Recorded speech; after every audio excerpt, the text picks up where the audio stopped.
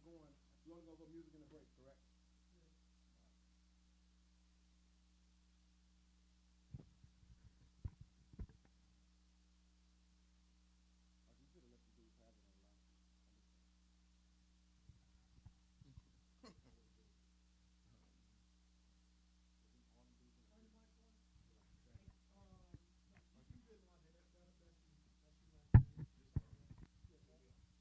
Check one, two. Hello, hello, hello. Are you guys quiet? Devontae, just talking there real quick, bro. Just talking. Yeah. Lean over a little bit. Yeah. Lean over a little bit, just a little bit. Check 1, 2. All right, got you. All right, you good. You guys are awesome, man. Because we checked the mics really good. Huh? That's the professionals. Sounds like hard instructions. Did y'all, just before we go on, did you see the Black Panther yet, D? No. Archie, you didn't see it? No, I didn't see it. Yes, I saw it. It was okay. Okay. It was okay. It was, you know, I expected it to be okay. Like, it's not a Black History movie. Right. It was a good.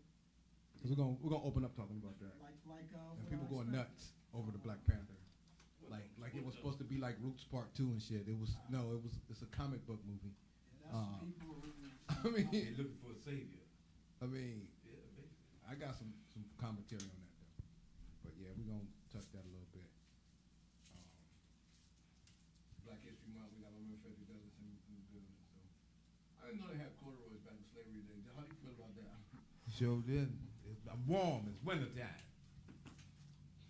You like they had a corduroy coat on. It all go together. You still doing stuff at Caramel? G? Mm-hmm. What you doing there?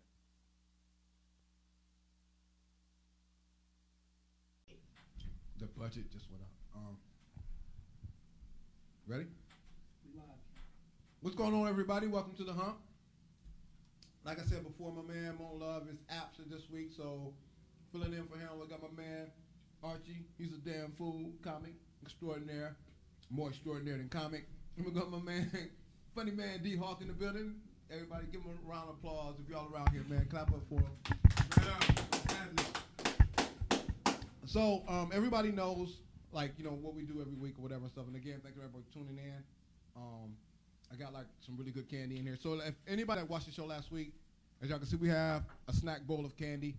I would love to say Sean E. put us together because of weeks of me complaining because he ate all the snacks. Alas, he didn't. Super producer Andre Evans bought snacks. You need to take it out of Sean's paycheck, Dre. I will. Okay, that's cool. Anyway, well, we thank Menace for the snacks, man. Opening the show, man, I want to say something. We'll bring my guests in on the commentary because they haven't seen the movie yet. This debate over Black Panther is like stupid.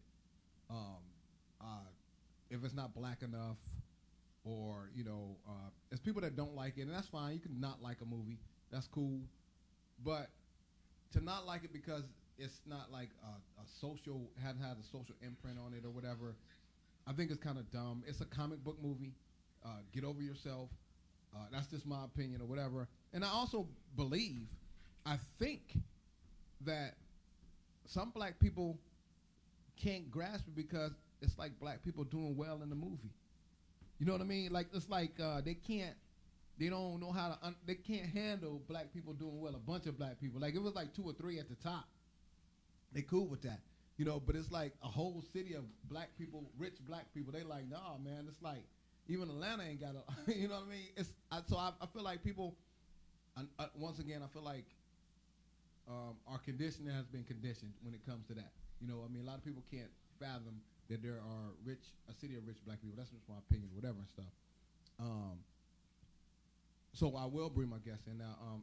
And again, first of all, what's up, D Hawk, man? Thanks for joining the show today, man. Thank you for having me, bro. Oh, no doubt, man. No doubt, man. I've, of course, been a fan for a while. And like, probably every week I talk about the stuff that you're doing on YouTube and stuff and your videos and stuff. Before we even get into the topic, man, what, like, inspires you to, like, do your comedy? You know, I mean, when you get ready to write a skit, what is going through your mind? I mean, you know, like, is it like purely I'm trying to entertain people or I'm trying to entertain myself? Bills.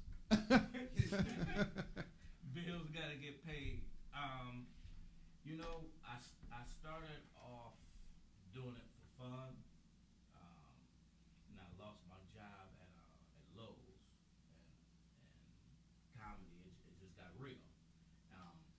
know that a lot of people, because you're good at what you do, but you was in the game before me. Yeah. You was one of the trailblazers that I don't remember I wasn't out with the TLC and my mentor Mike Jones. I remember you getting down, and I'm saying, wow, it's a hard thing to do to make people laugh. Oh, we're both that. Is this a cussing show? You can cuss all you want. Okay. I have Frederick Douglass. He said Frederick Douglass. Okay. Slavery was All right. evil. No. So the thing is, once that happened, it got real, and it kind of take the funny out of it, because my buddy said, once you learn this game, it ain't shit funny with this comedy game. It's straight cutthroat. It's straight, I'm funny to you, he ain't funny, and as of right now, what I do, what motivates me is to prove the naysayers wrong, build, and then also it's therapy, man. When you got people inboxing you that they're going through cancer or they're going through grieving, and your comedy helps them. It's like, wow, this is bigger than me. When you get a message and say that somebody was facing suicidal thoughts and they put down the gun because they went to your page, you said it's bigger than me. I really can't stop, because I'll be a fool to put in all this work and I never got one red cent from this. That's the crazy thing. Right? Yeah. I get all these views and all these shares. You just have to do it right. You got to promote it right on the right page and whatever it may be. You figure if DL share your stuff, and Ricky Smiley, and I was on the news with the potholes, and I just know that it's money to be had for what I do, and I know that other people is doing the same thing what I'm doing and getting paid. And I'm not looking at their pockets, but hey, if we doing what they doing and supplying the same laughter, then pay me. Right. You know what I mean? So, and it's a difference between being thirsty and hungry. You know what I mean? I'm not thirsty, I'm hungry. And just pay me what my worth is. Because what's the difference that we doing that a doctor do, that get paid thousands, and what a therapist do? We doing the same thing with laughter. Right. So my thing is, hey, world owe me millions, and I ain't gonna stop. That's right. I need to collect. Church. Courtney was on the show a couple of weeks ago, and he was talking about he's got this book out now, and he was saying, like, when he was here, he felt like that he left some stones unturned, like as far as like some of the younger comics here, like he was like some of the younger comics he could have helped a little more with something like that, or he could have done some more things or whatever and stuff. And he's kind of like he's giving back now though. But he was just saying, the game, like, and I was never a national act, so I can't like put it on like where Courtney was. You know what I mean? Because Courtney, he's still a national act. You know what I mean? I think he's at the Improv in a couple of weeks or whatever. But do you ever see, like, when you out there grinding, you doing your videos and stuff, and you're up to 500,000 likes or 1 million likes or whatever? Do you ever like feel like, all right, so let me like start plugging other people in? You know what I mean? Like I said, he said one of his biggest regrets is why he didn't like snatch people up all the time or whatever stuff. Do you ever feel like that sometimes? All the time. I mean, all the time. That's what I do, because it wasn't presented to me. You know what I'm saying? And I'm not trying to put Courtney under the bus. That's that breed of I want you to go in the same ditch I had to. Mm-hmm. To take the same lumps I had to. I don't want nobody to do that. This game is hard already. And you got to take the experience. But let them know that don't do this and don't do that. It's like it's crabs in a barrel. You know what I mean? And that's something that I vow. Actually, some people don't even want me at the shows, because I'm the one that say that it's talent in Cleveland. Mm-hmm. And let's support our Cleveland talent the same way we do the Browns, the Cavs, and Indians. I've been saying that from the jump. Somebody approach, hey, you got some new jokes? When you go to the Browns game, do you say, do they got new plays? Right. Hey, I'm I'm coming to your show, and you better be funny. Do you say the Browns better win? How many hoes be there? Do you say how many hoes gonna be there? You just support them. And if you're not gonna support us, just say you come to see what's up. Because supporting is, no matter how good or bad we do, you gonna be there thick and thin. And I'm just getting into this game. But you got, it just kills me when I see somebody that can sing and write and dance and rap, and they work at Gold Circle. Like, wow, we don't support, you know what I mean? So, the Courtney era, I had Cool TLC call me. And we didn't have a relationship at the time, you know. He called and he said, it's hard for older comedian to give new comedians props, especially being in Cleveland. And he said that you got it. And that meant a lot for me because, tell you, man, we are some,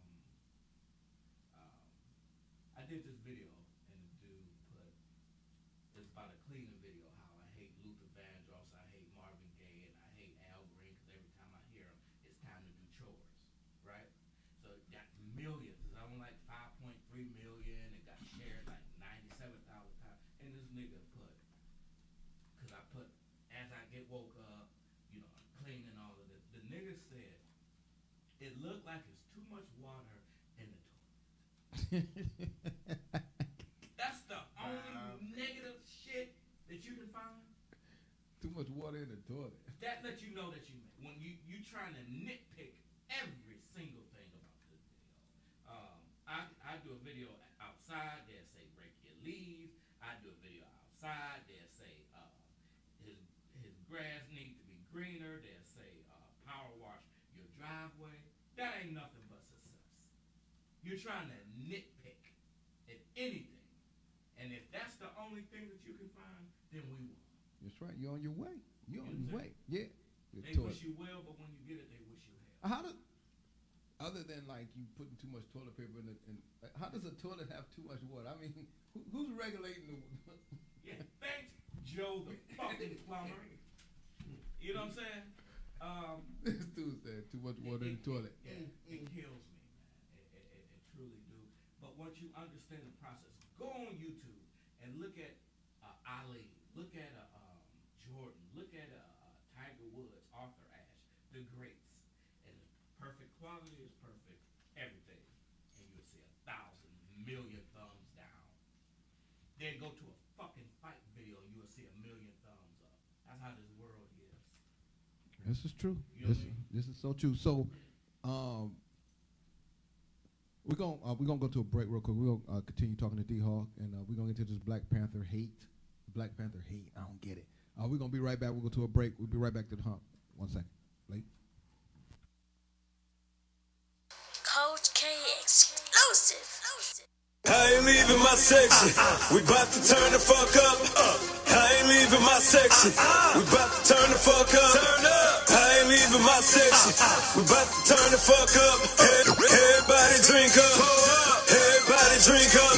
Cause all these bottles on me. All these bottles on me. All these bottles on me. All these bottles on me. Grab whatever you want. Cause all these bottles on me. All these bottles on me. Honey bottles on me, honey bottles on me. I know you see that rose, y'all know where I been. VIP with my homies, fuckers all in the air. We showing up with our hoes. If it ain't more belly, take it back, we don't want that. I done got a mama, I done got a mama. That's why you see me on couches, standing up with 2 hoes. I don't do new niggas, it's only niggas I know. My section, you know, I ain't leaving my section. We bout to turn the fuck up. I ain't leaving my section.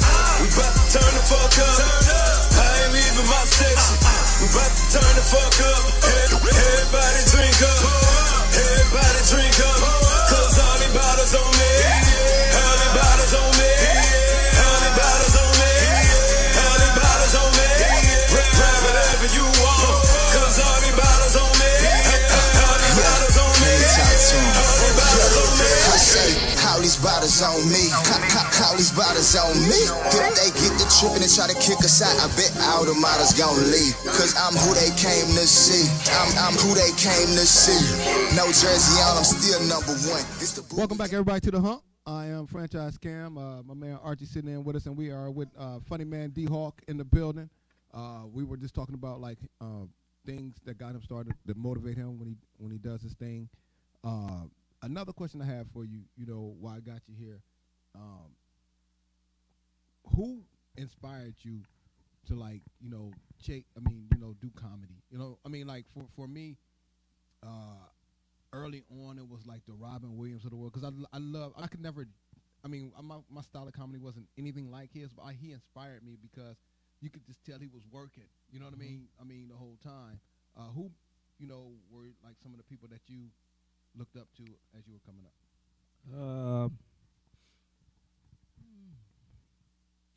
Just people around. Like, I went to high school and just grade school. Just my family. Like, those are the ones that I think should be on stage.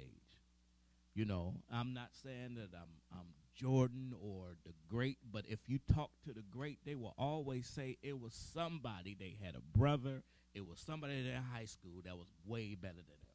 Mm-hmm. And they was just the one that did it. It's a foul. Look, I know 59 comedians that should be a comedian, and I know 50 comedians that should be non-comedians. Right.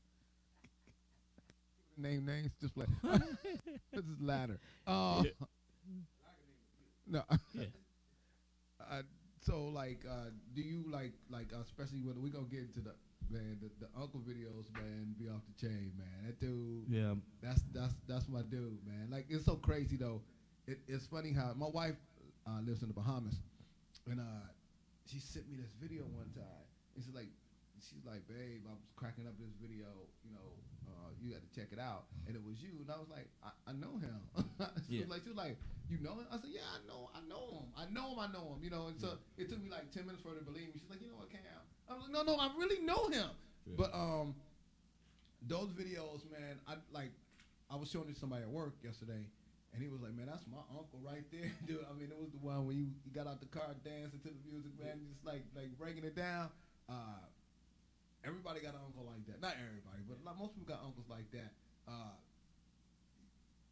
When you see the humor in your family and you know, things like that, do they still love it, or do they get offended by it, or I mean, as far as when I say jokes on stage, yeah, I mean, just even in the videos, like, I mean, I'm pretty sure like a family member see a video like this. You put me out there. That's me. You know, let me roll these socks back down. Yeah. No, they don't get offended.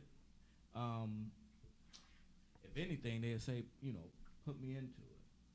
You know what I mean? So, a lot of people don't know how Uncle Freddie was created. Uncle Freddie took the negative and turned it into a positive. All right, so you already know that, like we said, when you do a video, they got to find something negative to say, right? So I'm just doing regular D-Hawk video. Niggas gonna say, whose uncle is that? What? So I'm like, uncle? By my physique, you know what I'm saying, the stomach or whatever, maybe. Little do they know the stomach about to come off. So I guess you, okay. Uncle Freddie might be, I'm serious, Uncle Freddie might, you got to call him Cousin Pete. Okay. All right. You about to get rid of the stomach. No more stomach jokes. But anyway, so I took that and I just wanted to do a video about the tape getting jammed. You know what I'm saying? Having the tape, it get jammed. Then you take the pencil or the pen and unwind and rewind that, and then start playing music. And then it just erupted because Uncle Freddie, everybody has an Uncle Freddie. Listen, my uncle, when I watched it, all I kept thinking was like, it was this party. I can't remember really my only uncle, like, and he was married then. He, remember when the Pee Wee Herman was out, the dance? Yeah. And it was like 3 years after the Pee Wee was out. So he was at a party and he thought he was being hip. Like, he was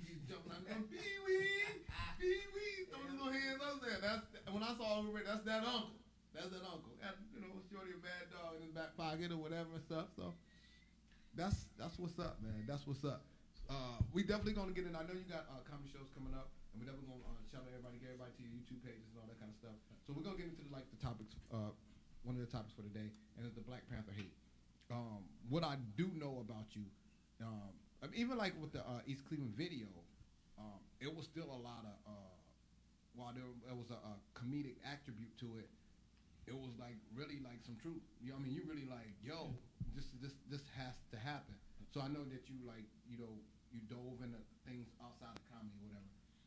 As far as the Black Panther hate stuff go, I don't know if you've seen a lot of the posts, like people like wanting it to be something else. What is your take on it? Well, I haven't seen the movie. My thing is good that you support whatever back it is. Well, if it was a lot of white people might say that y'all don't support us. You had Pink Panther. Okay, God damn it, we got Black Panther. But the thing is, I work at a community center, right? How the hell you gonna get dressed up to go to a Black Panther, but you come drop off your kids and pick your kids up in pajamas? So you got dressed up to go to a Black Panther, and then you go pick up your black kids in pajamas. And the white man made the movie now, too. The white man made the movie now. You got to remember that now. Yeah. That's Marvel. But just support it. Whether like it was this one dude that he hated it, right? You always got a nigga that's gonna hate every single thing. Yeah, because that's called nigga shit. Nigga shit. Nigga shit is going all the time. When you try to do something else better, as I say, as Frederick Douglass says. That's Frederick Douglass. Black History Month. So we gotta get a little more positive with the situation. Enjoy the movie. So only body got paid was the niggas in the movie.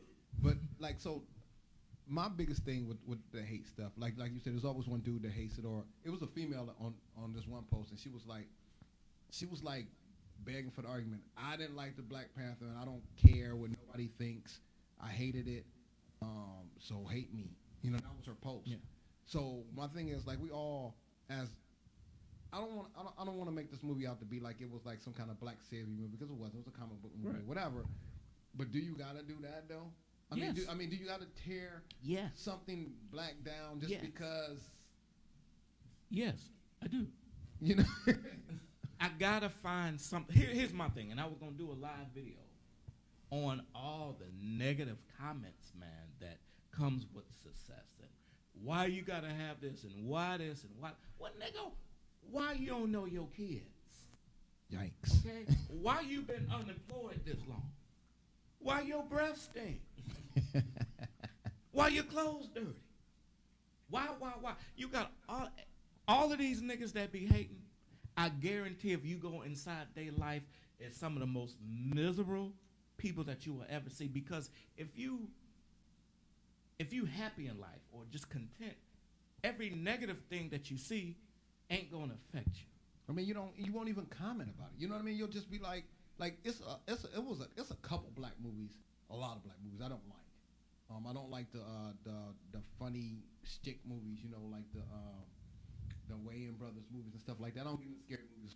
I'm not saying they're horrible movies. I just don't get into that kind of stuff. But I don't like go online, but like, you know what? These dudes doing these old played out corny racist jokes, man, I ain't on that. I mean, because they getting their money, man. You know what I mean? Somebody going to the movie. Yeah. Well, I'm gonna hate on it for. Yeah. In my opinion. Yeah. Now, my aunt said, it was this one guy, this was last spring, he came on my page and said one of my skits was scripted. What no shit, asshole. No shit. Where you go to Harvard? And so my aunt texted me and said, everybody is not hating just because they don't like something. She said she might be the only one that think Eddie Griffin is not funny or Richard Pryor. I get that, but do you go on their page and say that it's not funny? If you're disagreeing with something or you don't like something, that's not hating. Hating is when you do like something and you're not admitting it. See, majority of haters is just confused admirers. They want to tell you good job, they just can't. If we would go on Facebook or go in life and write about everything that you disagree, we'll be some disagreeing motherfuckers. all right, we'll be tired. Right. I hate anchovies. I'm not going to write Pizza Hut and say I hate anchovies. I'm just not going to order them. It's that simple. But people have to express because they're miserable. Once again, like I told you, go on YouTube and find your greatest artist icon, Beyonce, Patti LaBelle, Michael Jordan, Muhammad Ali, Arthur Ashe, and they will have 1 million thumbs down. And then you'll see a fight video or a building get blown up, or kids getting killed, and they got 1 million thumbs up. That's how sick this world is. You realize Anthony Sowell and Jeffrey Dahmer had fan clubs? Still got them. Still got them today. That's how miserable it is. If we all on the porch and we say, hey, man, there's a lady right there, and this dude just helped her across the street, you wouldn't even get up. But you'll say, hey, it's 5 niggas fighting. Every nigga on the porch will say, Just like remember last year when the guy shot the guy with the Audi bags, the dude from Cleveland that they found, they chased him all the way or whatever. He was looking, he got mad because the girl dumped him or something, and he went and killed the innocent old man on 93rd or whatever. You see the video? The video got a gazillion likes, man. I mean, like who? And that's the problem to society today. Now you sitting up in the hospital, and you gonna push like. First of all, that's like you gonna say I condone. Sorry that you're not feeling good, but as soon as they say you all fuck, they say I like it. I like it. I like it. Yeah. I like it. That ain't no liking shit. Your mouth and shit all fucked up. Why you gonna like some shit like that? See, I'm just asking, man. Please, American dollars. That's some bullshit. And that comes from me, Frederick. Frederick Douglass. I can't bring my poems. No. Yeah, we are lucky. And blessed at the same time. Read one of them back. So I challenge you. I know. Also, I know you got your comedy shows. Give people like the shows where they can come see you, and Okay. how you know what you got going on, because I know you're doing it down at the Caramel House. Yeah. The Caramel, but it's something more important than the Caramel that they can support me. I'm gonna be in child support court tomorrow, at 8:30, y'all. So I need all the support, and bring your dollars, please. I'm gonna do a GoFundMe because my baby mama is asking for money, man. So come down before. No. Caramel, man. 22nd and what is that? 22nd and Carnegie. Where's the spot? 89th and Carnegie. Listen, Archie. I know exactly where the joint is. That's 89th and that's Cedar. Ain't that Cedar or that Quincy? Real quick. He's talking about with child support. Oh, that's right around the corner from the Caramel House, because he can walk in and take the money from one place to the next place. Please support the young man, because guess what? I'll be in there too, because they're going to have me locked the fuck up in 15 minutes if I go down that fuck. Listen, they got the ghetto for Archie. So, Caramel. just real quick on the whole child support thing. Yes. Because I don't know if you like for real pay child support or whatever. No. Cool. I got vasectomy when I was 6. On purpose? Yeah, nigga. Child support will kill you. Kill black people more than diabetes. How do you feel? I got a friend, a real close friend of mine, and he pays his child support, but she doesn't like the amount that she's getting from the court or whatever, blah blah blah. So she's like holding the kids hostage. Why? Yeah. What does that solve? I mean, especially with all and he wants to see. He's like calling her, crying because he wants to see the kids, whatever and stuff.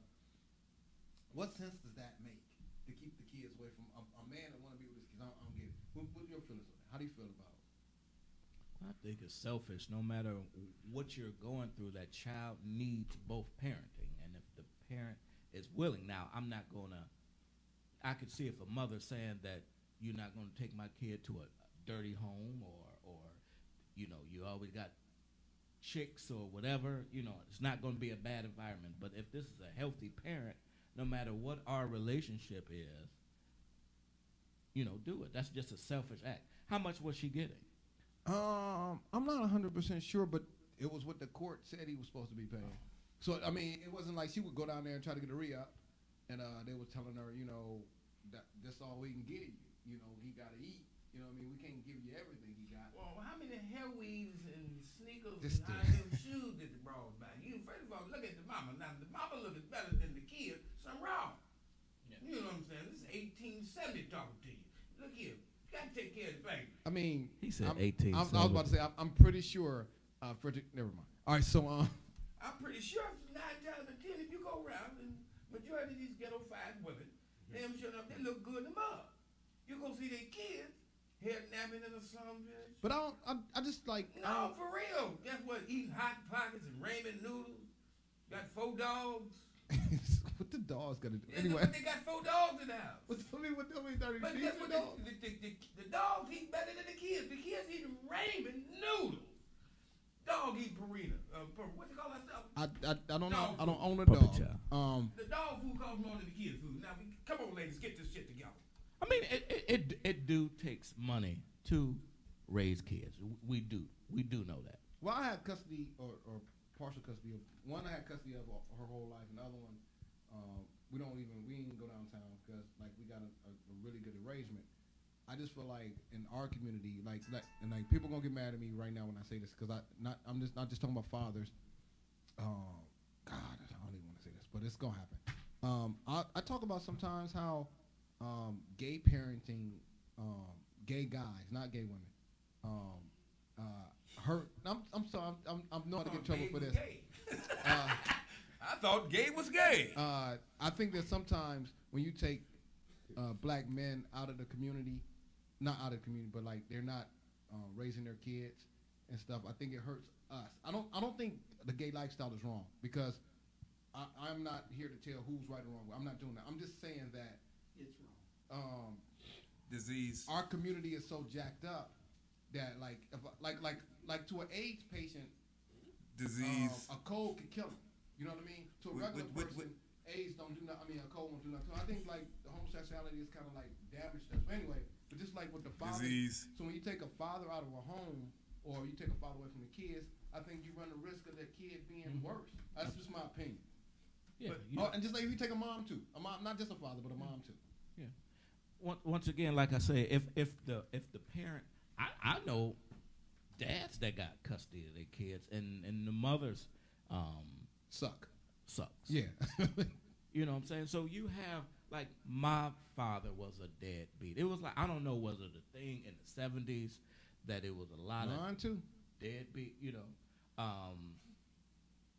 So, but it's a lot of stand-up that go to these little leagues, man, and you just see bleachers filled up with parents. And I think that's so awesome because it wasn't like that in my. You might have had like 6 parents, and the rest was players. You know what I mean? So it's a lot of it's still. I put it to you like this: back in the day, to say, "Hey man, he don't take care of his kids," and you'd be like, "Well, shit, okay." Now you say that it's like, "Whoa, he don't." Like it's a shock value, and that lets you know that it's a lot of dads that's doing their thing. At the community center I'm in right now, East End, they got dad programs, and they teach you about leadership and courage, and like all of these kids. I don't believe in good or bad kids. I believe in good and bad parenting. Now you have some kids that do have problem, ADHD and all of medical. It wasn't really ADHD in my day. It was you just need your ass kicked. Back in my day, we was out there picking cotton. Yeah, that was. You picking cotton. All right, we had a family situation. Listen, we about to go to break because Frederick is losing us. We be right back, man. D-Hog, RT in the building. We'll be back. Late.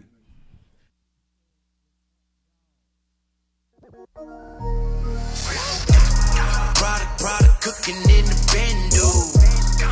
Product cooking in the bendo. I whip it up in the pot. I'm getting rid of them old. I whip it up in the pot. I'm getting rid of them old. Product cooking in the bendo. Product cooking in the bendo. I whip it up in the pot. I'm getting rid of them old. I whip it up in the pot. I'm getting rid of them old. That product cooking in the bando. I keep a shooter, keep them hands low. Hop out that Ferrari like I'm Rambo. Say a prayer, your fam gon' have to light some candles. My hand on the work, I should have an office job. And I am the boss, so how you gon' cross the mob? Skeeter O'Neil, now that's what I call a lob. Coverage with one of them, that's what I call a prob. I've been scooping in the Lambo, pitching on my block while I'm the landlord. Pay your fee, that's what I stand for. I play the key, you take shots like the backboard. The day I punched in, I was born on the job. Now the inside guts look like corn on the cob. Food on the plate, catch you the dinner meal. Bowling like Centerfield, please get this kid a meal. Product cooking in the bando. Product cooking in the bando. I whip it up in the pot, I'm getting rid of them O's. I whip it up in the pot, I'm getting rid of them O's. Product cooking in the bando. Product cooking in the bando. I whip it up in the pot, I'm getting rid of them O's. I whip it up in the pot, I'm getting rid of them O's. I gave him more than they can ask for. Big stick, similar to Jim Duggan Axel. Big whips, call me SOR. Yeah, I'm that boy. SV, call him Escobar. With them tracks, boy. I can't say sorry, I make you fellows mad. And can't stop me, I'm like a yellow cab. And just for that, I might cop the yellow Jag. I never left, but it's like you could tell I'm back. Got about 220 on the dashboard. With a cup of Henny, that's the crash course. For the drop, I keep a mask for. And the Glock, like I shot with the task force. I'm making my name, you should call me monumental. I studied the best, you can't even find a temple. Like I'm tapping them bags, every dime I mention. You can't even find a cent. You don't know the grind I mentioned. Product cooking in the bando. Product cooking in the bando. I whip it up in the pot, I'm getting rid of them O's. I whip it up in the pot, I'm getting rid of them O's. Yo, welcome back to the Hump, everybody, man. Special show tonight. We got my man, Funny Man D-Hawk in the building. We got my man, Frederick Douglass, 2018 in the building. How y'all doing? I swear, we go at the end of the show, we gonna throw you off the roof and see if that bow tie can spin like a propeller. Just don't have me around the White House. Oh, you know what? I was freeze now. But we're gonna get into we're gonna talk about the school shooting in Florida in 1 second. But I wanted to bless or talk to you guys real quick. I see the post, and I'm not gonna put the girl's name out there because we're friends on Facebook. And she was saying that the post read, if Applebee's is a cheap date at 15, why do you feel like you should be able to take a woman to Applebee's at 30? Some of the women was trying to educate her, but her stance on it, and I want to know you guys' stance on it, was if she starts to settle now, you know, this is what she said. She's 30. She's like, if I settle for Applebee's now, I'm kind of setting myself up for a relationship of mediocrity. I don't get it. She said, now, if we were together for a while and one night we decided to go to Applebee's or whatever, that would be okay. And so, immediately I'm like, okay, so you're telling me on the first date you could treat somebody just like really nice, and if somebody you've been with for a long time, you go low ball? what's the rationale to that? So, she don't go to Apple. She says she thinks Applebee's is disrespectful, is what she said. Well, first of all, I didn't have Applebee's in 1820. we had a picnic basket, and we had to run from the White House. Now, first of all, if the man take you out, enjoy it. Guess what? You appreciate it. Guess what? Real deal. Guess what?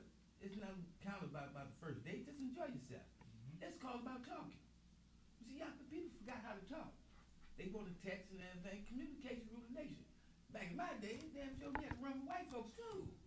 We was out there in the swamp area. We had, candlelight, late night, niggas running around, patty rollers and things.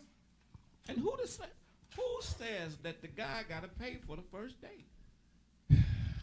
I mean, if you don't pay for the first date nowadays, you ain't going out with no chick. I mean, well, I ain't gonna say no.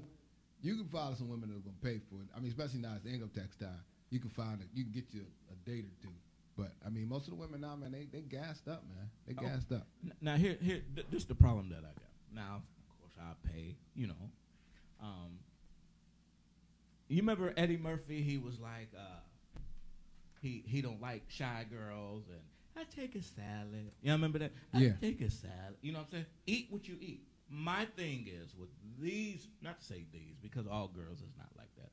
Some of them, you got either they gonna get tater tots, they gonna get fried calamari, they gonna get lasagna. And here's my thing: if you eat that, that's fine. But you know damn well you're not gonna eat it. Now you ordering for your lunch, you ordering for your kids. That's disrespectful.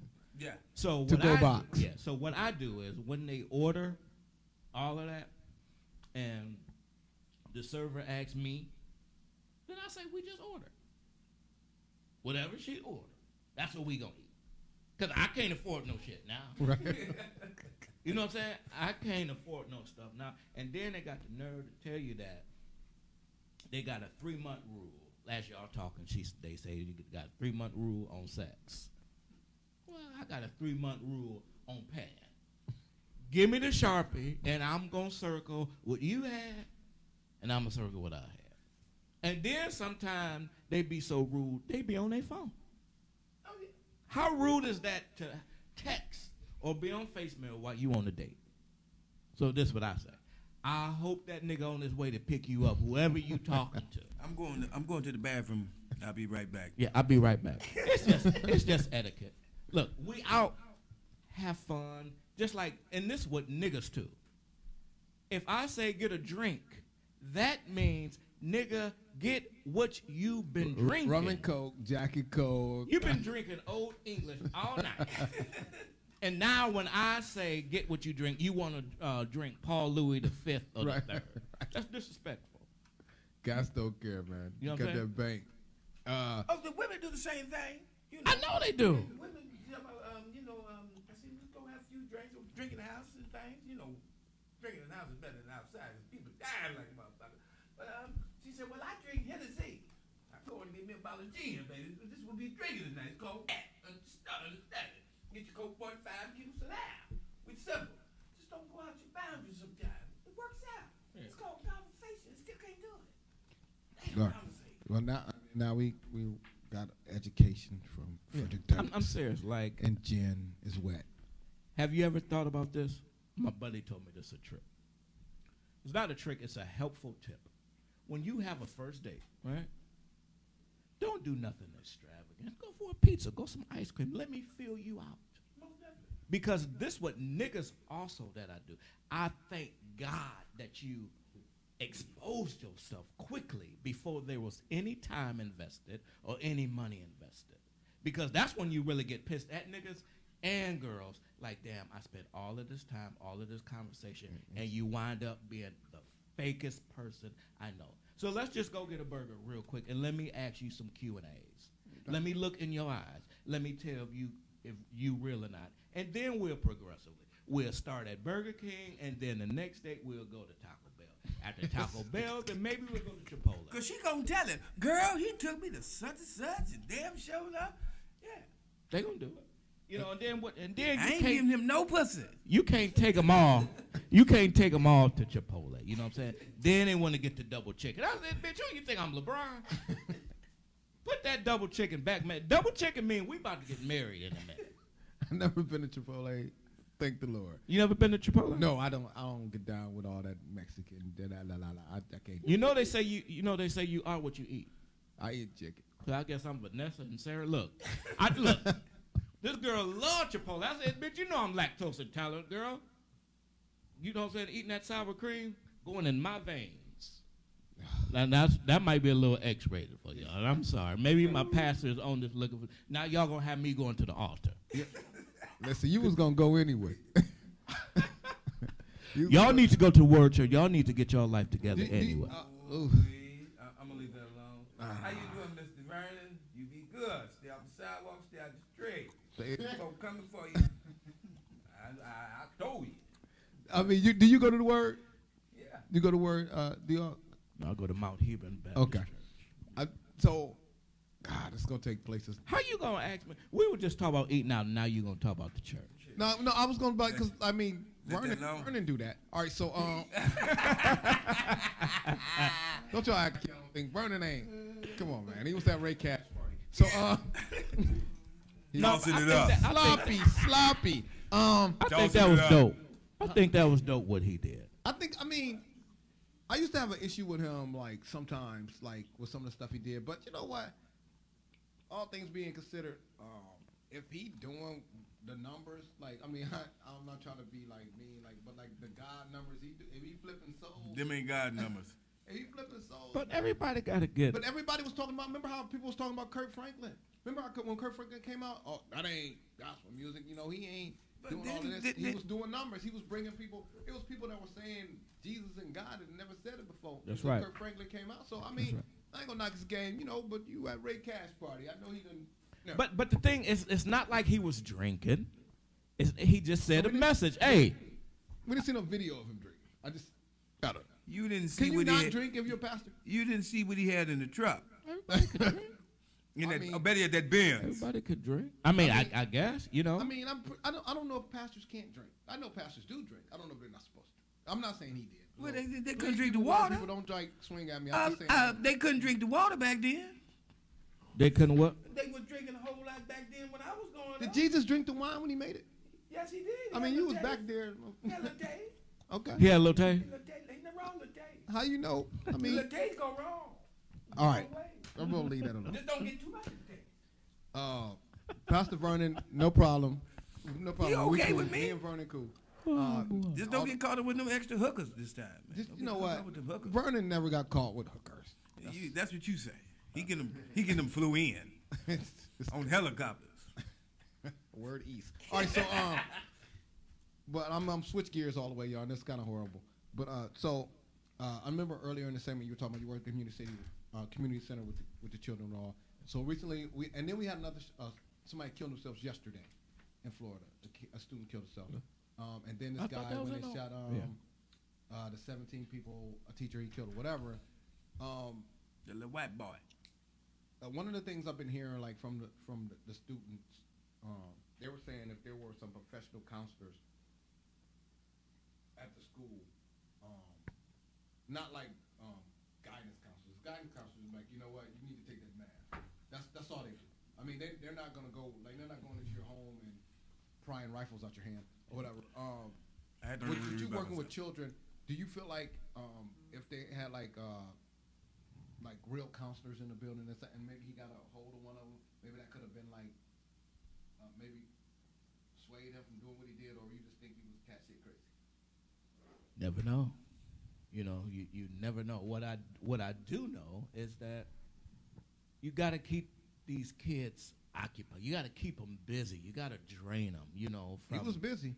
Huh? He was damn sure busy. Yeah, but you got. That's why I like football. I like the basketball if their grades are right. I like recreational centers. All of that. Make them come home tired.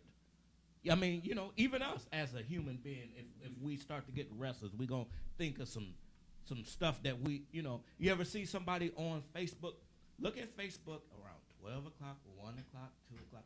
They post the dumbest shit because you really supposed to be in bed. Like, that's how you could tell a kid is sleepy when he start crying. So I think that you never know. It could be you never know. It could be abusive home.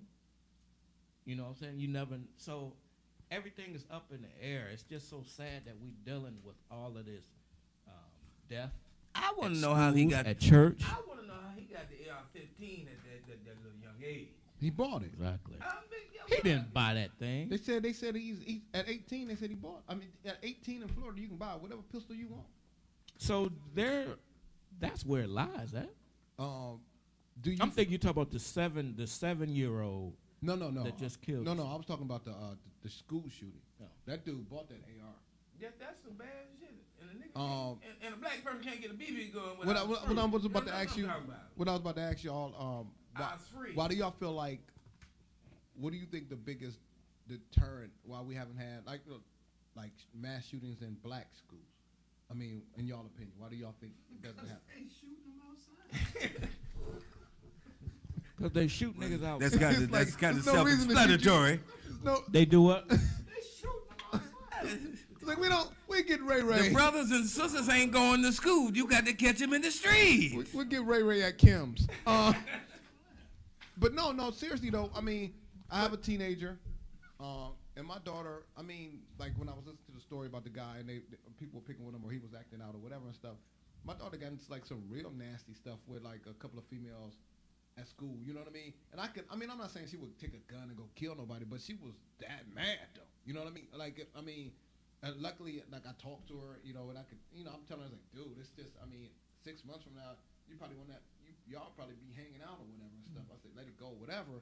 But she still, why is it that because we don't have our access to guns? Like most parents, I'm gonna say good parents, but responsible parents, don't really have firearms in the hood around their children. You know what I mean? They got 38 snub nose player. Is it a fear thing? Like our kids are so afraid to do it, or there's a disconnect. Is what I'm trying to say. There's a disconnect between these suburban schools and the urban schools. All these shootings take place in suburban schools, and nobody's drawing a line. And I think if they find out why that is, they could solve the problem or get to the root of the problem. Why is it different? That's what I'm saying. That's a good one. Me myself, I think it's. Y'all was throwing the rocks. I'm saying for real. I think for real.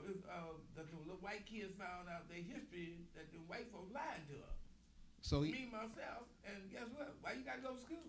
Because the further they dig, it gets blacker and blacker. I'm just saying. You know, white kids is mad. You going to school? Hey, they got the pistols called white privilege. Do you like sometimes? I ain't got no black privilege. I gotta stay off the sidewalk down the street. Come for me. I ain't got time for it. Do you find like working with kids? Do you have like certain kids that you have a special relationship with that you can get through to them? Kid? Yeah. Man, if you saw me around good kids, you thought I like all kids. If you saw me around bad kids, you thought I hated all kids. And I just love like obedient kids. You know what I'm saying? And it's like back in the day, out of 10, you had 8 obedient kids. Like now, you got 2. And it's just so sad because they're so grown, they're so exposed.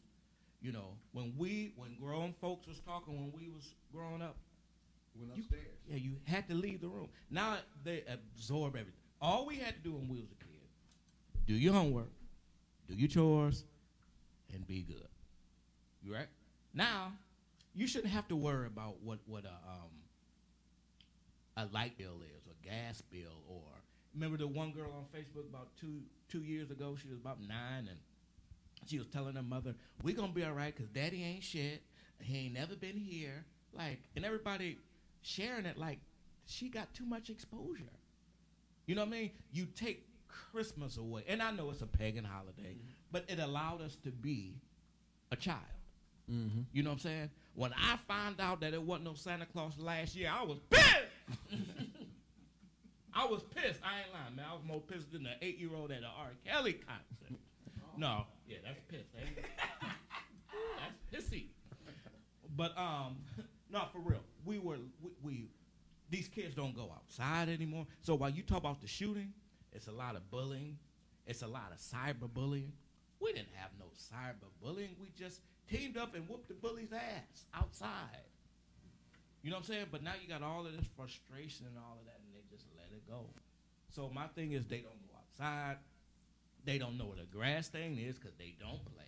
They don't know what street light is because they're not outside after dark. Unless they're trying to sneak out. Yeah. So that's what they do, the street light. And you can never get your childhood back. Ask Michael Jackson. You know what I'm saying? I'm serious. Just like college. College is like one of the greatest things that you can never. I think when a kid goes from high school, it should be like military. You shouldn't just go straight into the world. Well, you know what's so crazy? When I think about it, I mean, and it's not a good or bad thing, so I'm not trying good or bad. But you could tell your friends that went to college and didn't go to college. Because like when you go, especially when you go away to school, it's like you get a different feel of the world. You know what I mean? It's like, you know, you ain't around the corner. Like people be like, you know what, I moved out when I was 18, so I experienced the world. But like when you move out when you're 18 and you 3 hours away from your family by yourself, you experience a different side of the world. You know what I mean? I mean, like when I was in college, we didn't have no cell phones. We had a payphone. Yeah. And if my mama didn't answer the phone, You lost your I didn't eat that day sometimes. You know, if she didn't send me like money or a care package or whatever and stuff. So it was just like real, man. But college, man, it was beautiful. My my oldest daughter went to college already. My youngest, she'll go to college. I don't care if she don't want to go. She'll go a year. And if it ain't for her, fine. But get away from me for a year and live your life a little bit. Absolutely. But back to you talking about those kids. But you got to remember, at one point in that crack era, those kids never got no help. Period. And what happened to the crack babies, period? That was born in that era. So they now only want to call it HDH or whatever you call that thing. But they never got no counselors to understand themselves. Because you already took the daddy out the house or the mama went to jail. And they have no doubt. They still sitting back with grandma. But those kids never got any help. And there's a lot of those crack kids running around. So basically, they had to raise themselves. Yeah. Right. Yeah, well, they still raise themselves, and they still in our cars. Remember we was growing up, and once again, you say like, "Damn, look at that kid, man. He been here before. He got an old soul." Now you say that about damn near all the kids. Not all, but 8 out of 10 because they watch too much, they listen to too much, they know what grown folks do. And at this school, these niggas know all the rap songs it is and can't tie a damn shoe. You ain't never lied. They dabbing. All right, we about to go to a break in a minute. I mean, right now. We come right back with D-Hawk and my man Frederick Douglass. 2018. Right 2018. Represent your city, make some noise in this bitch. Hey, yo. If you represent your hood, make some noise in this bitch. Make some noise in this bitch. Make some noise in this bitch. If you represent your city, make some noise in this bitch. Yeah. Hey, yo. I walk 1,000 miles with my city on my back, man. Across the finish line. Victory be mine. Victory be mine. I'm on another level with you fuck niggas. I always rap where I'm from, nigga. EC, day one, uncaged. Y'all best to run, nigga, cause I'm on. Didn't wanna be, come hate through my hood, you a gonna G. No wannabes and no snitches. Just good dope in these bitches. Riding round, getting lifted. On Ciroc, no switches. I do me, I'm my own man. I learned that from my old man. I stay straight, extra clip. Never hated, just got chips. Shout out to my haters, without y'all, I wouldn't be shit. I live it, I love it, man. So don't trip, cause he see. Don't keep on making noise up in this bitch. If you represent your hood, make some noise in this bitch. Make some noise in this bitch. Make some noise in this bitch. If you represent your city, make some noise in this bitch. Yeah. Hey, yo. If you represent your hood, make some noise in this bitch. Make some noise in this bitch. Make some noise in this bitch. If you represent your city, make some noise in this bitch. Crazy. Yeah. Kill these niggas. Hey, yo. I got niggas bounce around like puppets. Hoes bounce around like fucking. Got table service, that's a rocket lime. I don't like time, I won't touch it. My glass stay full to the brim though. As I kick up with my people and my kinfolk. See some haters in the club, they was bobbing their head, but then they stopped when they found out it was me though. I see you looking, I see you watching. I got my German Luger cocked and ready for action. You better just enjoy yourself. This ain't no place to get a hard 10 man. Looking for Oz, this the zoo, that scarecrow line. All these bitches in the club and all you see is drama. It's like we watching 2 different shows and your shit TiVo. I got that Sunday ticket. You got that red zone. I get it all while you be waiting on 20s though. You hate them big niggas. You incognito. We stacking bread. In fact, we making them crescent rolls. My pheasant hoes is chickens because they pigeon-toed. We in this bitch. Tell your niggas represent. If you represent your hood, make some noise in this bitch. Make some noise in this bitch. Make some noise in this bitch. If you represent your city, make some noise in this bitch. Yeah. Hey, yo. If you represent your hood, make some noise in this bitch. Make some noise in this bitch. Make some noise in this bitch. If you represent your city, make some noise in this bitch. Yeah.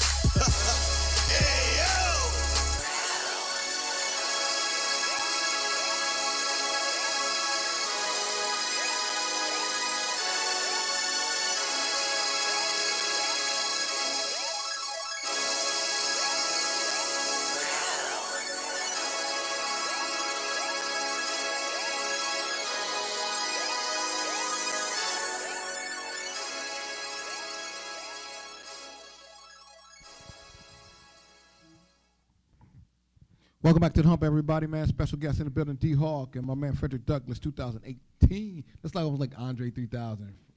Frederick Douglass, 2018. Holla at me. Make me some rice. So we're gonna like get back into like these children and like school shootings and like these. So one of the things I was thinking about, like, and I was Dre, you kind of stole my thunder when you was like they shooting them outside or whatever. I mean, it's not funny. It's not funny. But that's one of the things I got. This national spotlight right now on the children in the suburbs being killed or whatever. And I know it's like in a group though, you know, but like I mean, I think we had 17 people, you know, black people killed this last month. I know 4 of them got killed last weekend, you know. And the Black Panther came out. I mean, Yeah. The thing is, we don't get any national media, so we got to start pushing it ourselves. So what I'm thinking about doing on the show is, even regardless of the circumstance, we're gonna do a moment of silence for everybody that got killed that week. You know, and I'm gonna say the names. We're gonna go, not to like glorify. I don't care if it was a gang fight or domestic violence or something like that. Somebody lost their life. You know, so we're gonna start doing that. But anyway, what I wanted to get to with you guys, with the disparity in the news or whatever and stuff, what do y'all feel like we can do to, I don't want to say get our shine because that sounds horrible, because I'm not trying to get our shine. I mean, to bring knowledge of our people being killed too, not just out in Florida and you know what's so funny, and not funny, haha. The lady, one of the parents, and this is actually one of the parents whose kid didn't die, because the ones parents of kids that did die, they weren't like really talking like that. She was like, I didn't think this was supposed to happen here. This is a A-graded school. And she was like, that's why we moved here. We moved here from Connecticut or someplace because this was an A-graded school, and we didn't expect this to happen here. And she was like, imagine my surprise. You know, she was like, imagine my surprise when this guy came in and shoot the school. This is not supposed to happen here. And to me, it was like paraphrasing, this ain't Detroit. And that's what this would sound like she was trying to say. Yeah. So what do you guys feel about that? The disparity in the news between the black people and the white children being killed. Frederick? Well, that let you know that people move for a certain reason, try to get away from us.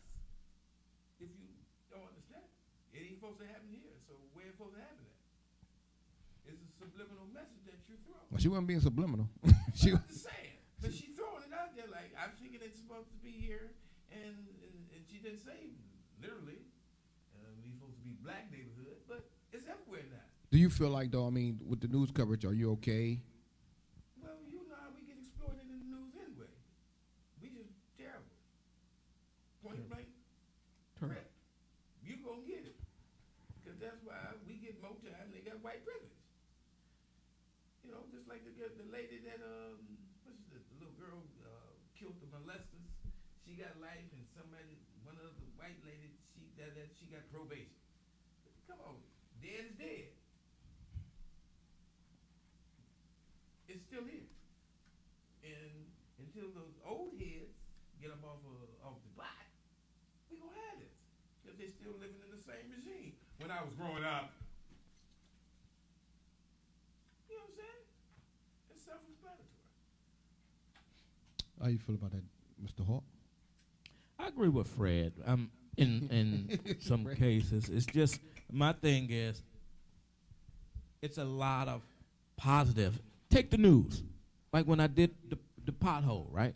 That video that interview was about 20 minutes, and in those 20 minutes I talk about, I'm involved with a group in East Cleveland, OPN, Oppressed People Nation, and there's a lot of people that's revitalizing East Cleveland and doing good things. I was just exposing these illegal traffic tickets and saying, where's the money going? So I wasn't crapping on the city. I'm saying, let's get the city back to where it used to be. And they cut like 18 minutes of that. You know what I mean? They cut like all not to say the positive stuff I said, because still on the news, we was talking about where the money going, but I still said a lot of things. Point being said, there's a lot of positive things in this world, white and black, that don't get talked about. It's like, wow, to make the news, it takes negativity. You know what I mean? I don't know what paper it was, but on the front page, it was this black dude.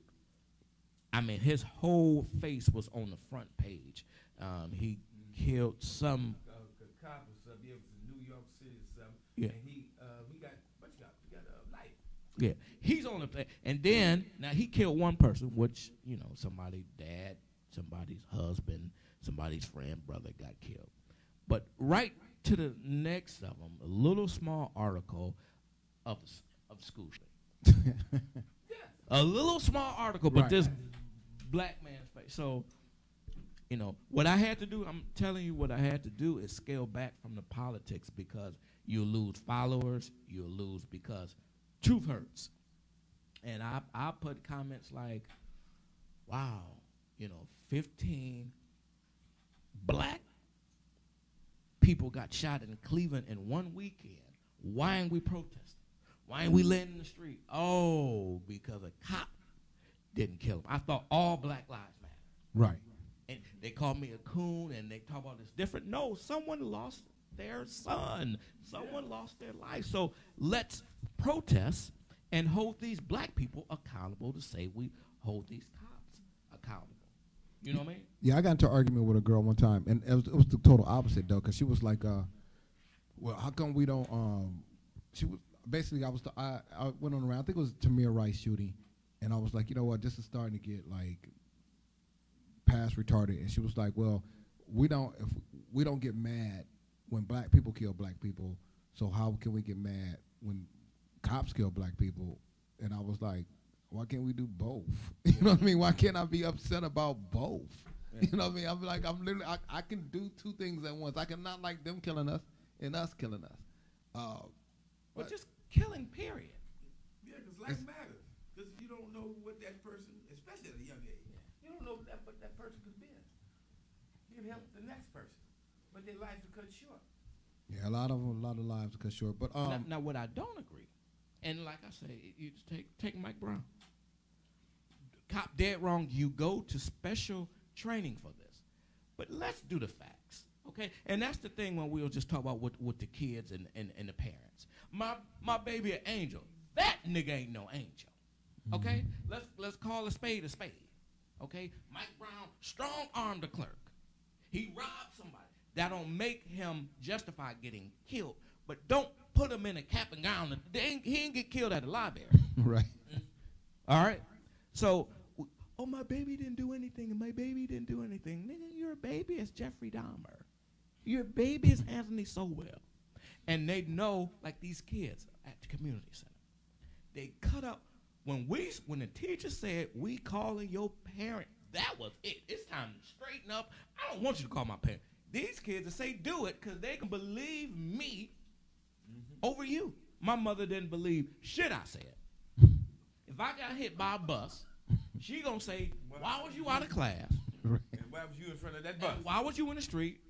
Tomorrow when you get out Tacoma, you gonna write a letter to him apologizing about him having to go out. Now these parents will say, why you hit my baby? Because he was in the street. This old lady, I want to say it was in Florida also. She killed a black guy. He was robbing her house. And the people were getting all in the uproar because she killed him because she shot him in the back. But he was he was calling out her window with his wares. So I mean, what is I don't know what was she supposed to do. Yeah, that's law. I mean, that's they the was law like, that you know what, he wasn't armed. Well, nigga, if you're gonna rob somebody, bring a pistol. I mean, I didn't see. I mean, you should have seen like he had a future, like larceny. I mean, right. He didn't have a no. And not like it's amazing to me how far we'll go to defend our own, including Barack. When we'll see something done wrong, and then we'll be like, you know what, this guy was, going to be something, but clearly he wasn't doing nothing. Like is it Eric Garner, the Lucy guy? Mm-hmm. That dude ain't do nothing wrong. You know what I mean? or the dude that was selling the DVDs, he ain't do nothing wrong. But like you were saying, the brown dude, yeah, cigarette? man, dude, if he wouldn't have got killed, I hate to say it, he'd have done it again. Cause he didn't. What was gonna stop him? So yeah. All right. So we're on switch speeds a little bit more. Same topic, but different spin. The guns. Talk about guns. Guns. Last week I went to the barbershop and a young guy in my old neighborhood. He came up to me and he was like, "Yo," he said, "School, I got that heat." And I was like, you know, I mean, because the heat could mean a lot of things, you know. So I think he was talking about weed. I don't smoke weed. I was like, dude, I don't even smoke. He was like, no, I got that heat. And I was like, right. I was like, no, I'm good. He was like, no. He said, I'm serious, dude. I got a Mac 10 for sale, like whatever and stuff. And I was like, well, I don't need a Mac 10. You know what I mean? I don't know. I mean, what I'm gonna do with it? I mean, you know. But as I got in the car and watching him as I was getting in the car, because he clearly had a Mac 10. I was just thinking to myself, man, and I swear to you, he wasn't even 18. He wasn't even 18, man. Why is an 18-year-old walking around with a Mac 10? I mean, not a 38 or 22 or Beretta or something like a Mac 10. And then the dude that cut my hair said, yeah, I know the young player. He come in, I cut his hair. He said he always got that heat. He said he come in here trying to sell AKs. He come in, I mean, he's 18. Well, you got to remember, somebody's giving him the opportunity to do it because he can walk around with easy. Because there's a higher power out there that's damn showed up. Then you saying Jesus giving them guns? Well, Jesus, them folks might be giving them. He said higher power. It's a higher power. like nigga go to church like I need those AKs, Lord. No, I mean, what do you mean? No, but somebody. Me myself, I think that there's still a little bit of corruption, but they got to have corruption in the ghetto. They always do. They don't do the same thing out in the white neighborhood, just like you said, that white woman said. We moved out here because we one thing this wasn't happening. But he got a bigger gun than the yeah, but we knew where his guns came from. He bought his guns. He was 18. He bought them. What I'm trying to say, does it concern you guys that there's a dude that's 18 walking around possibly your neighborhood with a Mac 10 for sale? That's part of ghetto life. No, I ain't part of my. Yeah, it is, man. It's reality. I mean, I'm moving up. No. Here's the thing. You said you said a dude walking around selling a gun that's 18. Yeah. I would frown upon on a dude that's 60 walking. The thing is, who is you selling it to? Yeah. But that's part of ghetto life, right? I mean, but at 60, I figured he lived a little. He's trying to get rid of it. But that's part of ghetto life now. Yeah, remember, kids don't have what we used to have. We used to run home and watch cartoons. What they got to watch? Well, I mean, whatever they watch, they don't need a Mac 10 to watch it. Well, guess what? They listened to in front of their parents. They showed them everything that was going on. Well, go back to what I said earlier. They have nothing to do. There's no programs for them. And then if you do got a program so far that the mama or daddy can't get there because the daddy ain't there, the mom can't go, she got to go to work.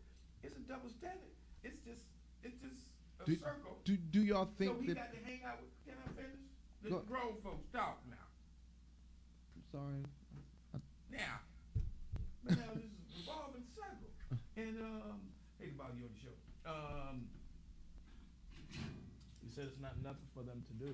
It's nothing for them to do. Period. Plenty for them to do. I'm sorry. Actually, there's nothing for them to do. I don't.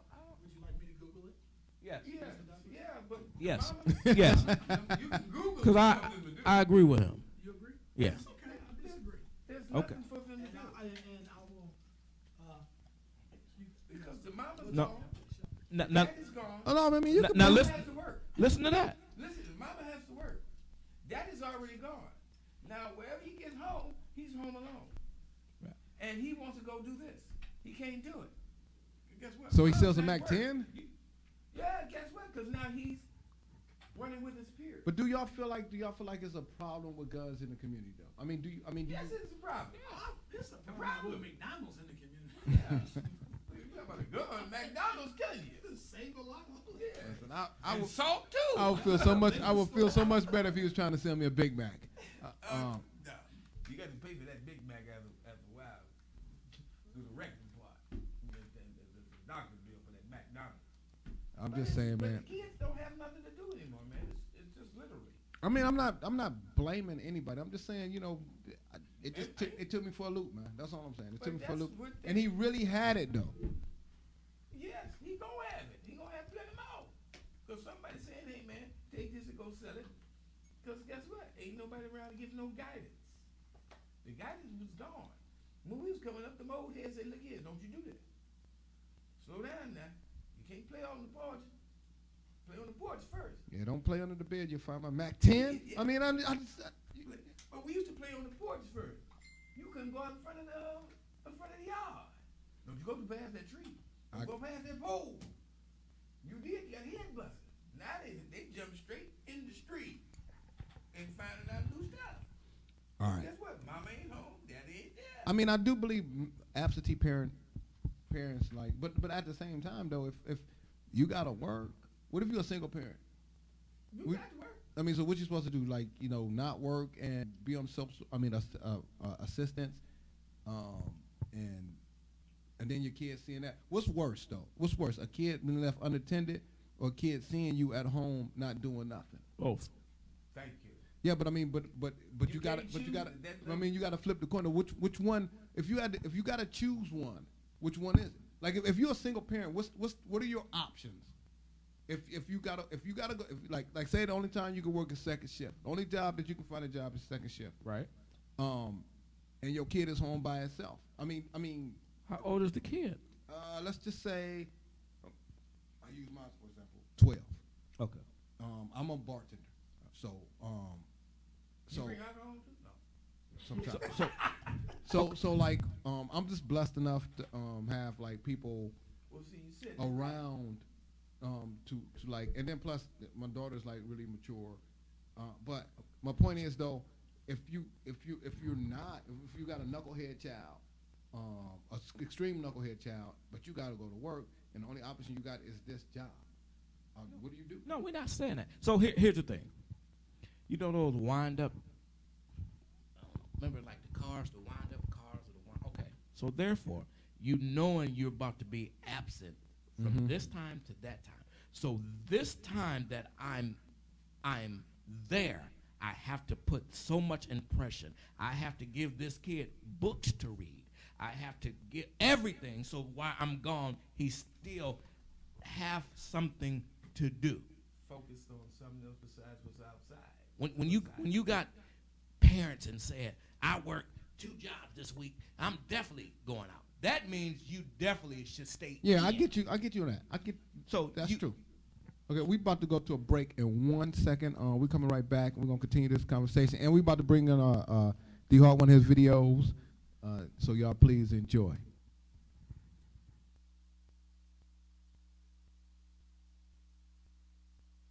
What you doing? Can I help you? Girl, you're thicker than a bowl of cold grits. Girl. How long you been up here? Hey, what you doing? Excuse me. I'm sorry. We was friends. Ew. What's going on, girl? Can we hook up? No, No, why? Why can't we hook up? I'm married. Well, shit, I am too.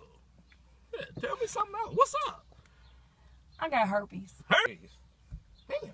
Is it in remission? Can you do this? You ain't got it. We'll just call it pumps in the butt. You know what? But I do have AIDS, though. AIDS.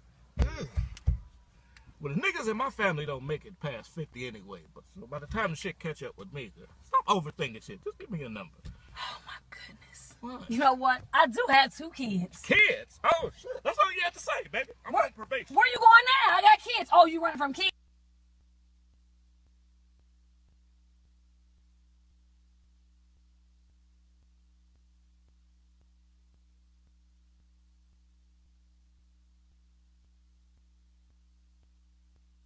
So bad, we make love to the morning. I call it sex a drug. Oh, my shit fire, cause I'm in the kitchen with the cash. I'm with a chick and she so bad. We make love to the money. We call it sex in the trap. Yeah, we make love in the bando. So much money on the trap floor. Told her meet me in the trap, so we can make love to this cash. I'm trying to make love to the cash. You ever made love to the cash? You can meet me in the trash, so we can fuck off a bag. Bad bitches in the trash. We call it sex in the trash. I'm making love to the money. No, I can't fuck with no thought. I'm in the hood in the trap. She see the nigga with job. She wanna fuck off a bag with me. She ain't used to them tribe niggas. I can tell she ain't a gold digger. I might let her whip the dope nigga. I might let her hit the drop. No, we don't stand on no block. I got the juice on my phone. No, I can't give you a loan. I did this shit on my own. I did this shit on my lonesome. I hit your bitch like a home run. She wanna fuck in a condo. I'ma fuck her in a bando. So much money on the trial flow. I'm making love to the shit. Hundreds and fifties and 20s, little bitch. We get it gone in an hour. I want the money and power. These niggas is sour. These niggas is cowards. I'm so used to selling dope fiend. Lil' mama, she raw and codeine. Lil' mama, she bad and bougie. I'm in the kitchen with a toolie. I'm in the kitchen with the cash. I'm with a chick and she so bad. We make love to the money. We call it sex in the trap. Yeah, we make love in the bando. So much money on the trap floor. Told her meet me in the trap, so we can make love to this cash. I'm trying to make love to the cash. You ever made love to the cash? You can meet me in the trash, so we can fuck off a bag. Bad bitches in the trash. Drink all the sex in the trash. Every sweet whipping up treats. Lou got me on like a handle. Breaking them down in the bando. Going live in the bando. Excuse me, I shouldn't say trap. He sitting, not running no back. I told her meet me in a trap. I'm booted and gone up that ass. And my bitch is gone up that yeah. And she don't know how to act. You thinking that your bitch is cold? Well, my bitch is colder than that. You saying that your money long? Well, my money longer than that. Thinking that your team is strong. My team is stronger than that. I stay down, I'm the realest. If you a real nigga, you feel this. I'm all about my paper. Can't fuck with lames or fakers. Cleveland niggas get money. You prove bitches disgust me. If you need to pack my trap on, we stay getting that money. I'm in the kitchen with the cash. I'm with a chick and she so bad. We make love to the money. We call it sex in the trap. Yeah, we make love in the bando. So much money on the trap floor. Told her meet me in the trap, so we can make love to this cash. I'm trying to make love to the cash. You ever made love to the cash?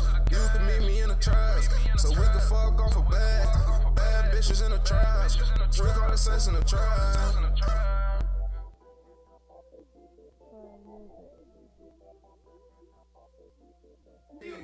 These parents ain't instilling nothing in them because they talking everything. All right, we're back, man. Back to the hump, man. Special guest, D-Hawk in the building. My man Archie. I'm sorry, Frederick Douglass, 2018. Shout out to my own love, man. He had a previous engagement for this evening, man. But he'll be back with us next week, strong and getting his ketchup packets. I mean, we hoop Sunday, man. It was kind of I kind of got back to my old form a little bit, man. And all I mean, I couldn't check nobody. I mean, dudes was going by me, like it was like the Indy 500. Was you coaching? But there you go. Get him. Listen, we was playing 2-on-2. But look, get him, man. I didn't do that, but let me tell you something. When I was on that lower block, though, I was eating. I was like down on that lower block. I mean, dude, we were playing. Let me tell you how serious it was. We were playing 2-on-2, and I would go right down to that lower block, like after I score, and the dude that was checking me, he was behind me, and the dude that was checking the other dude was in front of me. Can't deny the ball. Listen, and it was times he still threw me the ball, and I still scored. I mean, they were just hanging on me, beating on me. That's how they won most of the games because I was so tired. I was scoring, but it was like, I mean, we was playing 2s and 3s, right? So, like, I mean, they was hitting 3-pointers. I was like, low block, you only get one. But anyway, so we get back to the show, man. We're talking about absentee parenting, and we had a little heated debate off camera, man, about like how the children, the parents could possibly be to blame, or why kids are the way they are. I myself, like I was just saying to you before the break, I mean, what do you do?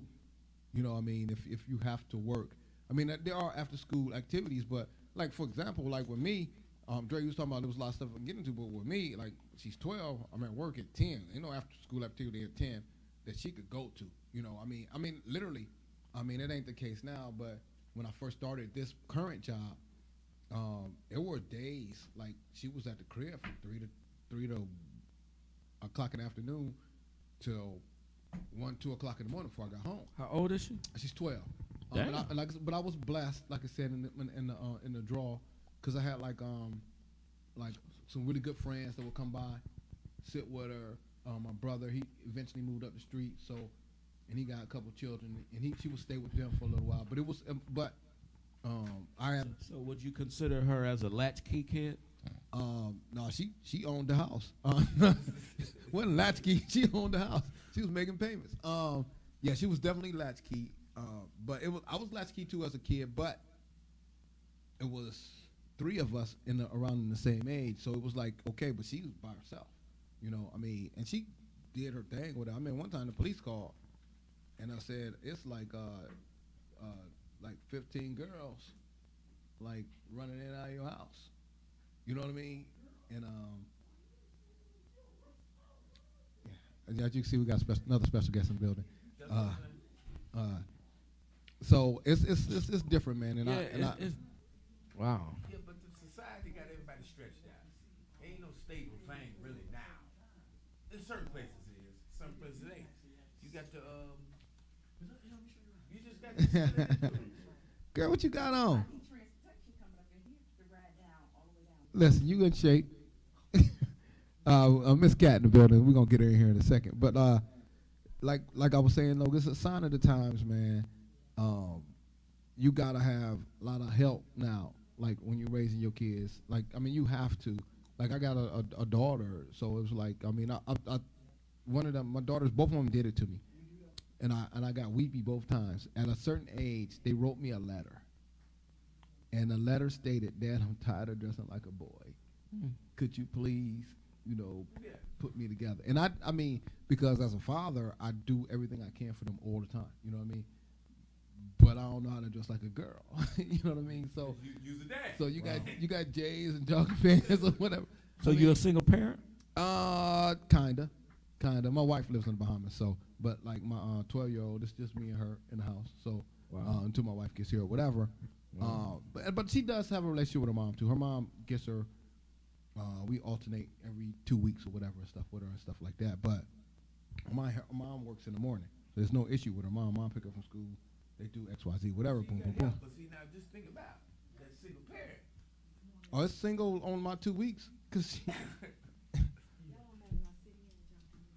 come on, got Wonder Woman.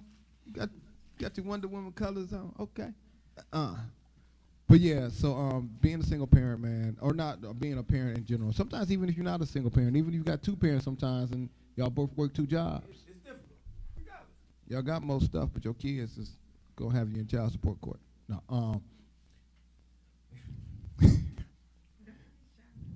No, don't be like that, Cat. Miss Cat is in the building, y'all, and she gonna be on here in a second. Y'all used to be at the Vibe, right? Yeah, that's Cat. She's at the Vibe, man. She doing her thing. Where you about to go? I just came out. You know, mom was getting ready for work. I mean, why you whispering? Why you whispering? I just came out. Okay, that's cool. I'm like mentally tired, so I'm just. Yeah, we all tired. I'm gonna ask you like I asked him. Do it feel like pressure's doing on your eyes? That's that tired, ain't it? When you. I got. We have people that are physically tired. Yeah. The type of work that I'm doing, I'm mentally tired. I'm both. I'm mentally and. You ever been so tired that you yawn off head like? Oh, yeah. I'm sorry, baby. It ain't like it ain't good. It's good, but I'm just dog tired. It really am. Right. It really am. And you know you're gonna sleep hard afterwards, too. To the point where I'm on the phone so much, I don't even want to talk when I get off. Right. Let alone really think. Yeah. Real talk, man. You know, I spent years at Home Depot, years at Lowe's, years at Walmart. I'm serious. I used to go, not even trying to spend. No, I didn't have any money going at the mall, just for somebody not to ask me shit. I'm serious, just to walk past, and so I know exactly. So did that work? Yes. Oh, you good then? Because sometimes I'll go to the store and they'll say, "Ma'am, can you help me? Do I look like I work here?" Well, yeah, means you're helpful. You know, you help. But I'm just saying when you do stuff, just, Wait a minute, just is it women or men asking you that? That's what you need. No, I'm serious. But when you like how long she been on the phone, or how long you helping customers, just like comedy. There's a time I turn it off. I'm not at a comedy show. I'm not at the radio. Just chill. We up at Geppetto's. The girl found out I was a comedian. She said, "Tell me a joke." I said, "We'll be at the Dog Pound on Thursday." She said, "If you was a real professional." Oh, I hate when they tell me that. Oh, yeah. Can do it Right. anywhere. I said, look, where you work? She said, Montefiore Nursing Home. Well, come over here and wash my ass. And I'll give you a joke. We'll call it shits and giggles. You off, I'm off. Right. You know what I'm saying? Just people thinking you guys to do something constantly. And then the thing with being on a comedian, they try to, all of a sudden, I'm more funny than you. You know what I'm saying? No, it's not a debate. If you think you're funny, then look, he's a promoter. He'll put you on stage. Just leave. Right. The days of trying to compete and my boy more funny than you, or if you do hair, then she can do hair. Everything is not a fucking competition, especially with our black people, man. It's like every single thing, I can do what he do. I can do what they do. Do what you do. Let me play with the gift that God gave me. True that. Okay? I told the girl, look, you do what you do. The way you dance on niggas' laps, great job. I don't know if God gave you the gift, but we thank you. That's what you do. Okay? The way you go down over there on Coit and you go behind the trees and you get your little $5, you good. Let us do what we do. About the Coit thing or the laps? I mean, Both of them. Both. I just want to speak on that. Basically, you're so busy worried about competing with someone else when you can put that energy into what you do to be better at what you do.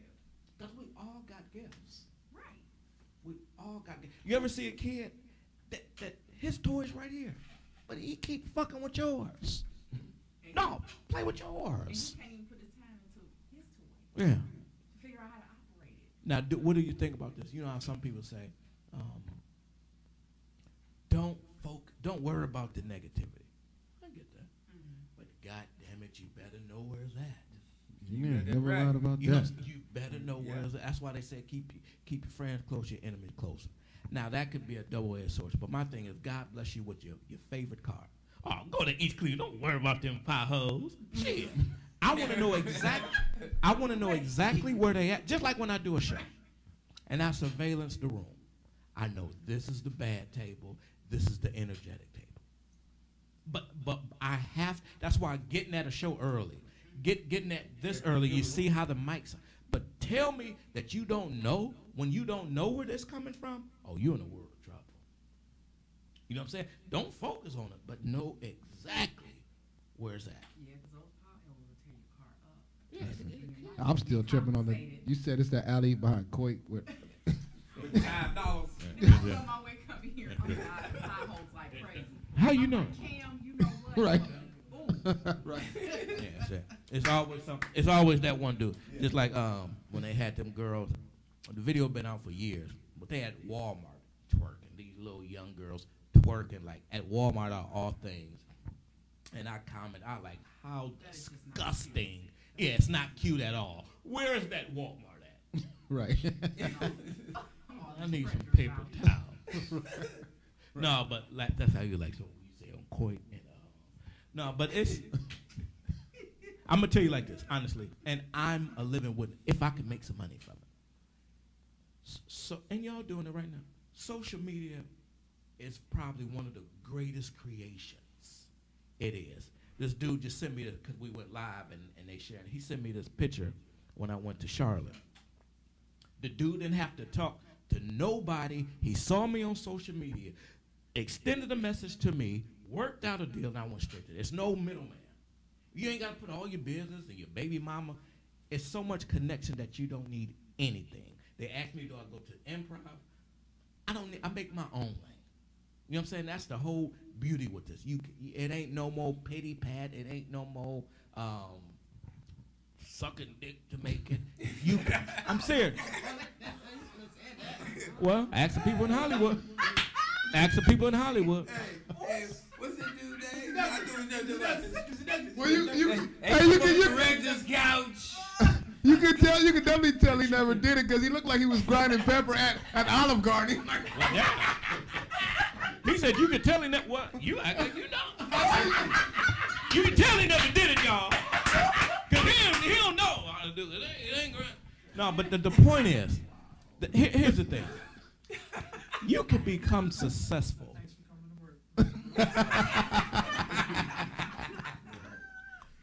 It's a great, but when you abuse it, just like it was a girl this morning, her daughter was having seizures in the hospital. A little TMI to me. And you know, when you showing pictures of your loved one in the hospital and then they so gravely sick, I don't think that's the time to take pictures. Right. I think when they well, like, hey, look, won't they do it? Some people put too much. Social media is one of the, like I said, it's up there with airplanes eventually. It has disadvantages and advantages. But if you use the advantage, it's one of the, I mean, how did you contact me for the show? Social media. I mean, for the people. I mean, honestly, that's how we met, though, because remember we were doing the show at Divide. You came up. You was like, you know, so, I mean, it's beautiful that you can reach. Like, I get new likes every day. It was a dude yesterday that shared my video from Africa. 2 weeks ago, it was a dude that shared my video from Iraq. For real. Like Ghana. It's amazing who you can reach. And I just love it. But also it can get you lazy too. You know, where back in the day they grind. These comedians grind, and it took Bernie Mac 25 years. You know what I'm saying? But the curse is they might see me, and I only been at it for 8 years, and my mentor tell me, be careful what you wish for, because it's a difference between skits and stand-up comedy. You know? So, like the other day, I had a standing ovation. There wasn't no chairs in the motherfucker, but it made me feel great. I mean, great. But the thing is, you don't learn. You go from 1 to 10. And my mentor always talked about this comedian named Shucky Ducky Quack Quack.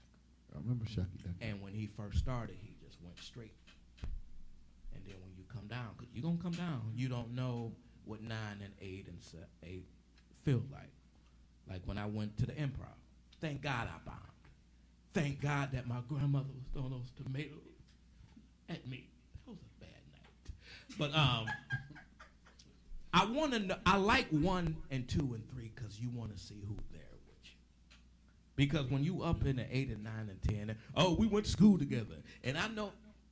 I want to see if you claim me when the world don't. Just like I was telling him with that video that went on the news. I did that video like 2 months ago. I got trending videos that I did years ago. So a lot of times we give up because we think this don't get noticed. But it's going to get noticed because the world is a copycat. Now they say it's cool to like you, or everybody, then they're going to jump on. Have you ever seen one ant on a piece of candy? No. You'll see 1,000 or nothing. And this is what I do know. There's a difference between fans and supporters. And fans only come on when it's hot. That's true.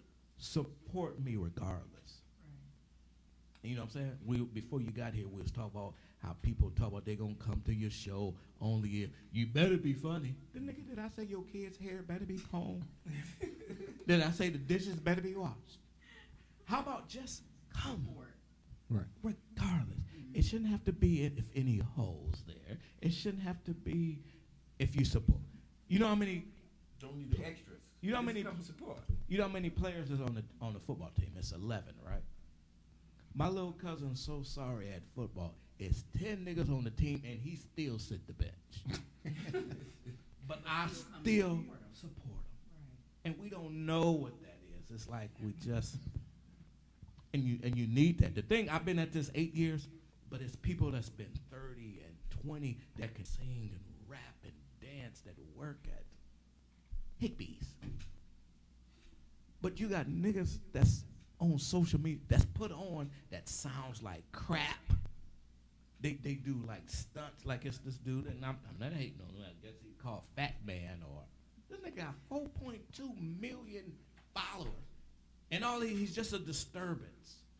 He like go in Subway and steal the meat, and or you got other comedians, they got wigs every skit. It's like you got to dummy down to be, and I'm not gonna do that. I'm gonna let my God-given talent get me recognized. I'm not gonna, do none of that. And it's just so crazy that when you have true talent, it don't get noticed. But you got somebody that's over here that's just. That's the social media part, though, because like some people, a lot of people like watch train wrecks. What was the video that went out a couple of weeks ago?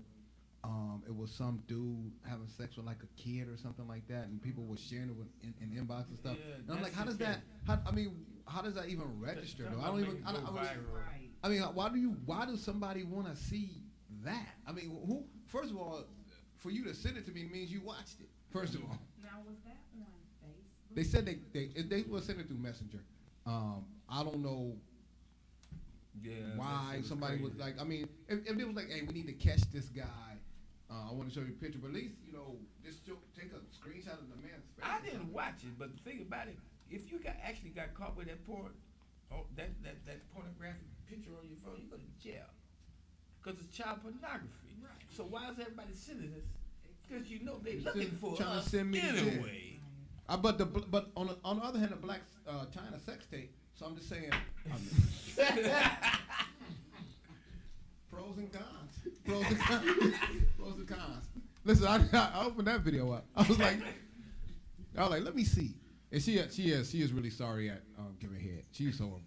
She's like legendary horrible. She was like even a woman's first time is better than that. She's been practicing for a long time, and she's just not good. She's like a point guard that can't dribble. All right, so you know what? Just shoot your free throws. All right, so we're gonna wrap this show up, man. Thanks again to my man D-Hawk. Man, good looking, man. And much success to you, man. Tell everybody about the Caramoo when your next show. Caramoo, this Saturday, the 24th, 8 o'clock, but we telling niggas 6. Yeah, Let's say it to the camera. Oh, I thought that. I don't know why I thought that was the camera. He over there.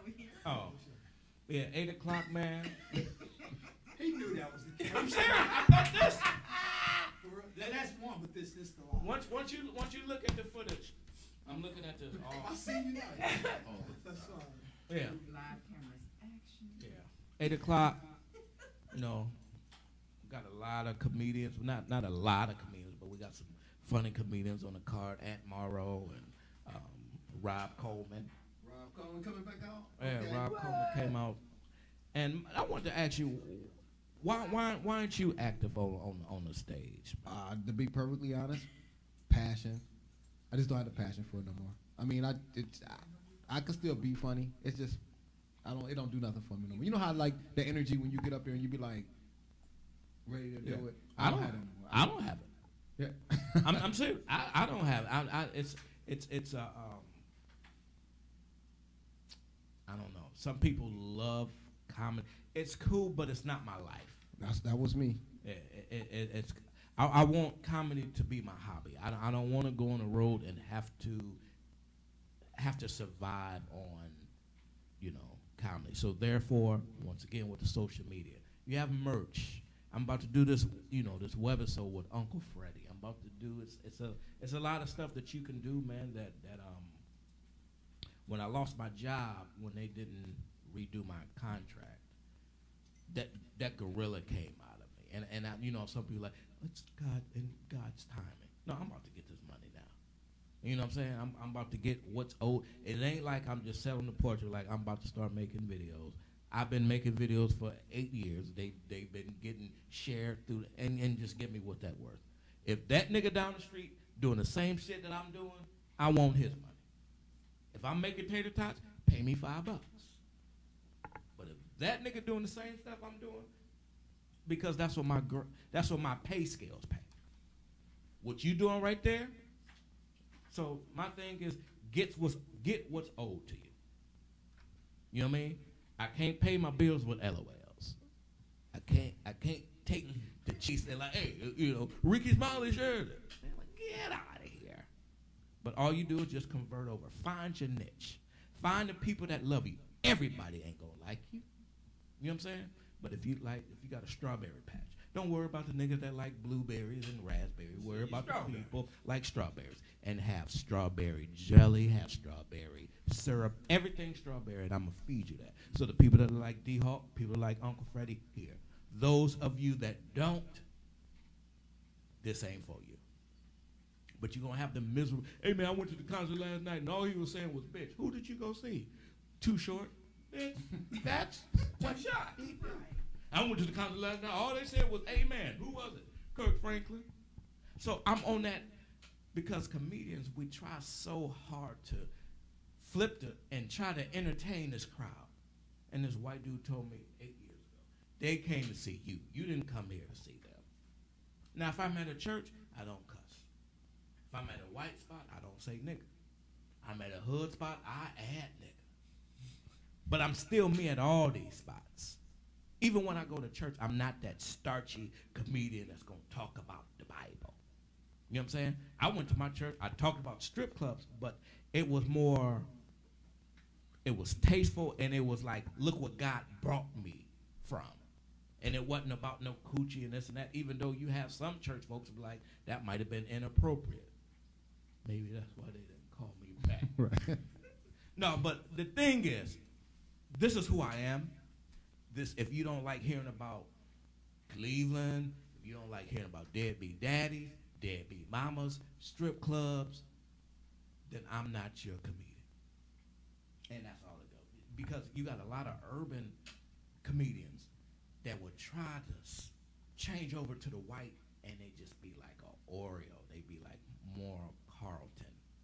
And my thing is, I'm not tap dancing. Right. You gonna get me, like I said, I'm not gonna add nigga. You know, I'm gonna take out the nigga. But you go in the skeets, and you go in the dog pound, you better add nigga, because that's all they know.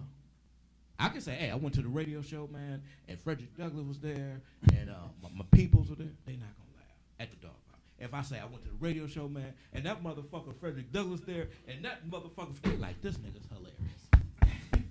This guy's hilarious. By adding cuss words. You know what I mean? So go ahead, man. I appreciate you, man. I hope y'all have me on the show again. Oh, no doubt. You know, definitely my peeps. Yeah. Shout out to Frederick Douglass, man. Good to see you again, D-Hawk. Thank you, son. All right, sir. All right, man. We will be back next week. And shout out to Miss Cat sitting there for a minute, looking tired as hell. Like she looking good. How you been, Miss Lady? Looking good, girl. I got $30 in income tax money coming to me. We out at y'all. Hey, we still got the harmony. Yeah, we been at the top, boy. Bet the whole world wanna see. Yeah. Let it hustler. Yeah. Let it hustler. Yeah. Hurry up here now.